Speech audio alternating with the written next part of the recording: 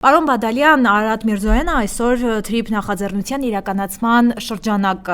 այսպես ասած, հայտարարեց, Միրզոյանը վստահեցրեց, որ համաձայնեցված է այնինչ հանձնված է թղթին ու հրապարակվել է, բայց բոլորի ուշադրությունը հենց հիմա սևեռված է այն բանի վրա, որ ԱՄՆ-ին տրվում է 74% բաժնեմաս, իսկ Հայաստանը ունենում է ընդամենը 26%։ Ըստ ձեզ, ինչ է նախատեսում թրիփը, ինչ է իրականում այն, այս հրապարակված փաստաթղթերի համաձայն։ Հրապարակված շրջանակային հայտարարությունն իհարկե բավականին տարողունակ է, բայց խոշոր հաշվով այդ հայտարարությունը այնպիսի տպավորություն է թողնում, որ ճանապարհի կառավարման մասով դեռ կան բազմաթիվ մանրուքներ, որոնք ունենալու են էական նշանակություն, բայց որոնք փաթեթավորվում են այսպիսի շրջանակային հայտարարության ինչ-որ ձևակերպումների ներքո։ Այս հայտարարությունը դարձյալ իր մեջ չի պարունակում պատասխանները հենց դետալների վերաբերյալ, որոնք առնչվելու են այդ ճանապարհի կառավարմանը։ Եվ ընդհանուր առմամբ իհարկե կա փաստը, որ Հայաստանի Հանրապետությունը իր տարածքով անցնող ճանապարհի կառավարման մասնակից է դարձնում այլ պետության եւ որևէ բացատրություն, հոդաբաշխ բացատրություն այդ իմաստով չկա, թե ինչու այդ նույն կառավարումը չէր կարող իրականացնել Հայաստանի Հանրապետությունը իր մյուս ճանապարհների օրինակով։ Ինչի համար էր պետք ստեղծել այդ հատուկ կառավարման մեխանիզմը եւ որի բաժնետոմսերի կամ բաժնեմասի մեծ մասը, ինչպես տեսնում ենք, պատկանելու է հենց երրորդ պետության, այսինքն Միացյալ Նահանգներին։ Այս իմաստով կրկնեմ, շրջանակային համաձայնագիրը չի տալիս դետալների վերաբերյալ պատասխան, իսկ ինչպես բրիտանացիներն են ասում, սատանան հենց մանրուքների մեջ է։ Եվ միայն այդ մանրուքներին տիրապետելու դեպքում մենք կարող ենք հասկանալ, թե ինչի հետ գործ ունենք։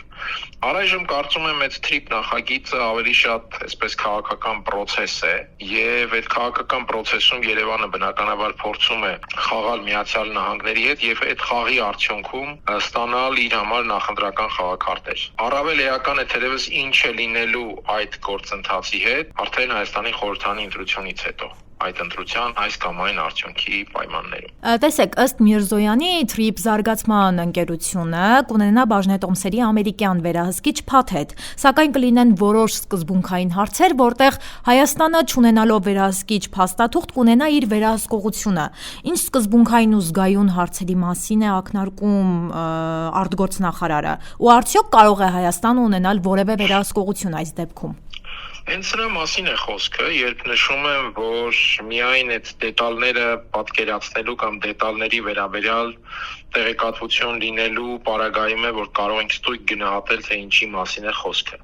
Փաստն այն է, որ Միացյալ Նահանգները ստանձնում է Հայաստանի ճանապարհահատվածի կառավարումը։ Հիմա ինչպես է փաթեթավորվում այդ փաստը, սա արդեն հարցի մյուս կողմն է։ Եվ այս տեսանկյունից իհարկե ինքնին այդ փաստը առաջացնում է բազմաթիվ հարցեր, ոչ միայն արդեն կառավարման դետալների վերաբերյալ, այլ նաև քաղաքական միջավայրի, որ ձևավորվում է այդ փաստի շուրջ։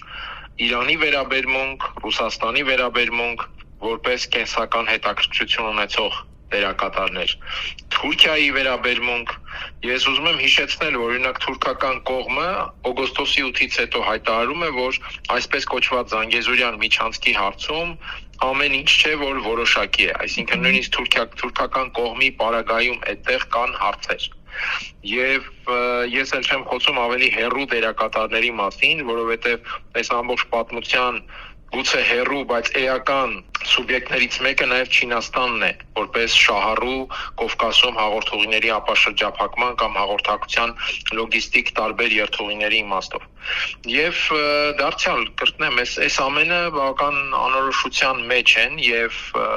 դեռ պարզ չէ, թե ի վերջո ինչի հետ գործ ունենք ամբողջական իմաստով։ Կրկնեմ, փաստը այն է, որ Հայաստանի Հանրապետության տարածքով անցնող ճանապարհի կառավարումը տրվում է Միացյալ Նահանգներին։ Հիմա եթե Հայաստանին վերապահված են որոշակի իրավունքներ, եթե խոսվում է, որ ինքնիշխանության եւ տարածքային ամբողջության, օրենսդրության եւ այլնի ներքո է այդ ամեն ինչը լինելու, մենք բոլորս հասկանում ենք, որ գետնի վրա ամեն ինչ վճռում է քաղաքական ուժերի հարաբերակցությունը։ Եվ հիմա պատկերացնել, որ Հայաստանի Հանրապետությունը, որը իր ճանապարհի կառավարման իրավունքը տվել է երրորդ կողմի որը ստեղծել է իր տարածքով անցնող ճանապարհի կառավարման ինչ-որ մի առանձնահատուկ ընկերություն եւ դրա բաժնետոմսերի մեծ մասը նույնիսկ Հայաստանին չի պատկանում։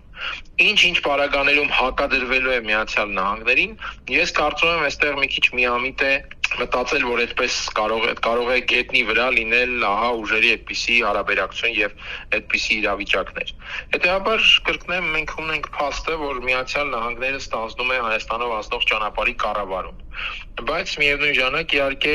այդ հանգամանքը դեռ ունի բազմաթիվ անորոշ հարցեր, որովհետև կարծում եմ թրիփի վերաբերյալ դեռ կլինեն ավելի խորը քննարկումներ Միացյալ Նահանգների, Ռուսաստանի եւ նաեւ հնարավոր է Չինաստանի ներգրավվածությամբ։